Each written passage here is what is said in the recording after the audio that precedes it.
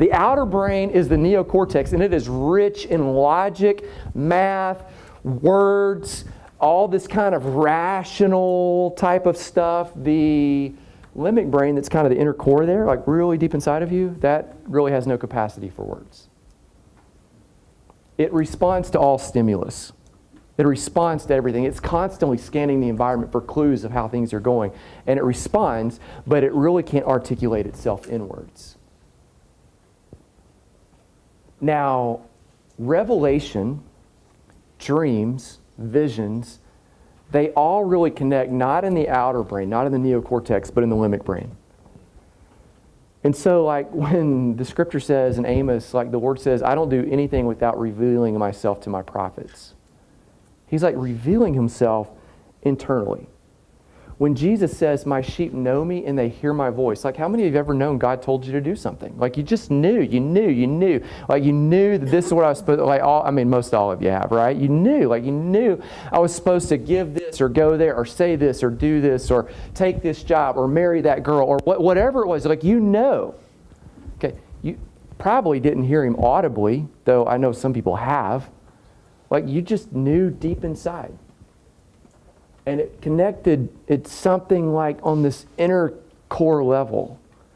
Okay. It connected really in the limbic, internally. Now, the limbic doesn't have capacity to communicate in words, though it responds to words. So if I ask you to explain it to me, you'd probably have a hard time explaining it right now. Emotion is in the limbic brain. Romance is in the limbic brain. It's why this, like how many of you think your wife is the greatest thing in the world? How many of you, when Barrick's talking earlier, you're getting all these great feelings, you're like, oh wow, I feel the same thing, and it awakens all this stuff that's inside of you. How many of you think that? But if I went around the room and said, what's so great about her? It would kind of fall flat, wouldn't it? And you would say, wait, it's more than those words. Like she's so much better, I'm not doing it justice. Like I can't quite explain it. Like she's way better than that. Okay. Or how many of you've ever had this moment?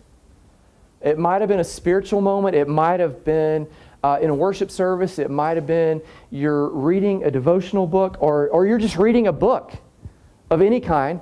And like while you're reading that thing, that something is jumping out at you and like this is a word for me for now. Like this is life-changing. This is revolutionary in my world. But then later on, you're trying to explain that to your wife or to your friend or something, and you're like, it seems so much better in the moment. Like it sounded like it you can't quite, because like that's what happens with revelation. Like it goes to the deepest part of you, and that deepest part of you, it doesn't have the capacity for words. It doesn't mean that it's not important enough for words. It means it's just so big that words can't even contain it.